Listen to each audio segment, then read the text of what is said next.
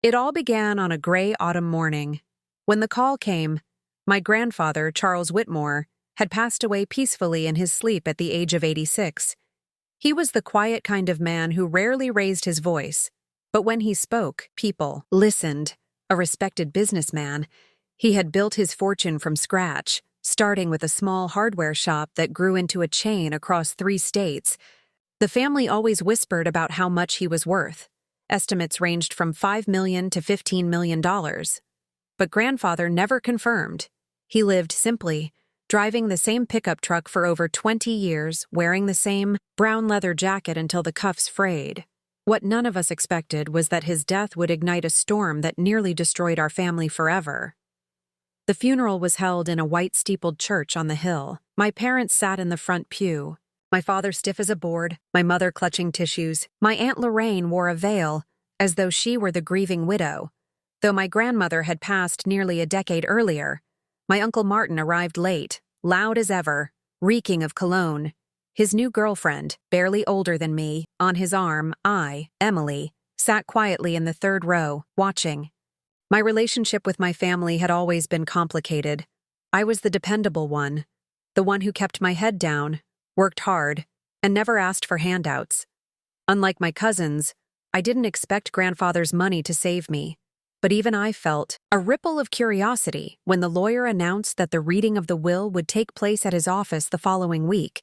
That curiosity quickly turned into shock. The lawyer, Mr. Crawford, cleared his throat and adjusted his glasses as we all gathered in the conference room. Your grandfather, he began, left behind a final will and testament. However, he paused, letting the silence stretch. There are conditions, Uncle Martin snorted. Conditions? What is this? Some kind of game? Mr. Crawford ignored him and read aloud. To my family, I leave not just my wealth, but a test. For too long, I have watched selfishness, greed, and entitlement poison the ties that bind us. If you wish to claim your inheritance, you must prove yourselves worthy. A murmur swept through the room. My Aunt Lorraine pressed a hand to her chest. What? Mr. Crawford continued. Each of you will receive a sealed envelope. Inside, you will find a task. Complete it honestly, and your portion of the inheritance will be secured. Fail, and you will forfeit it entirely. I felt my stomach tighten. This sounded like something out of a movie. My envelope contained a single line. Uncover the truth about what was stolen from me. I frowned. Stolen? From grandfather? I had no idea what he meant. Over the next few days, rumors tore through the family. My cousin Derek claimed his envelope instructed him to demonstrate integrity in business. Aunt Lorraine bragged that hers asked her to preserve the family's legacy.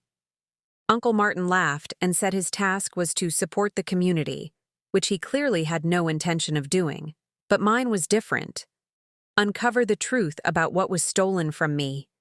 I couldn't let it go, so I began digging. I visited grandfather's old office. A dusty room above the original hardware store that was now shuttered. The shelves still smelled faintly of wood and oil. In his desk drawer, I found ledgers, neatly written in his careful script. Most entries matched the business accounts. But one year stood out, 1992. Nearly $1 million had vanished. The entry simply read, "Transferred, Martin." My blood ran cold. Uncle Martin, I photocopied the records and brought them to Nathan.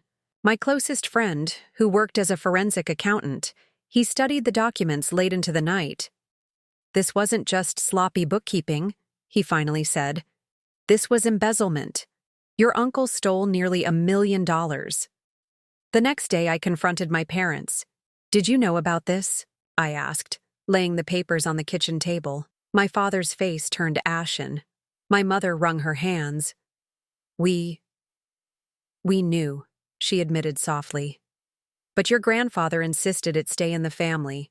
He didn't want the scandal. So, he covered it up? I demanded. He loved Martin, my father said. He hoped he'd change. Change? Uncle Martin had spent the past 20 years flaunting wealth that wasn't his, while grandfather lived modestly. And now, grandfather wanted me to uncover the truth.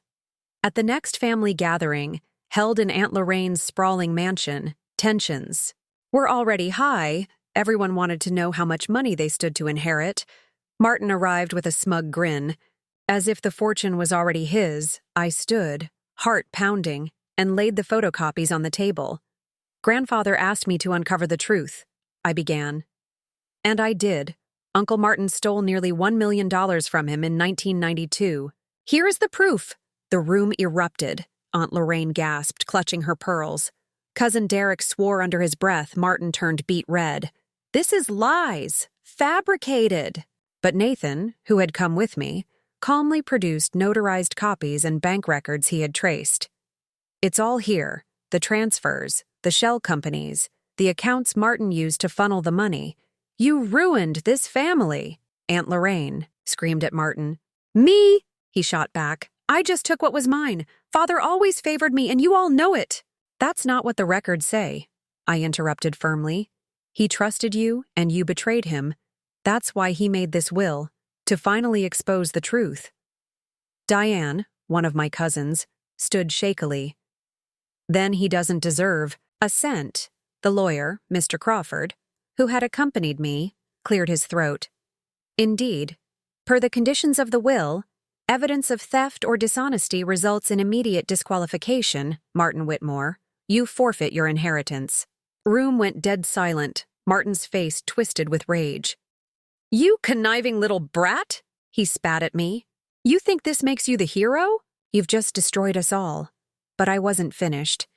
Grandfather didn't just want me to expose the theft, I said, pulling out another folder.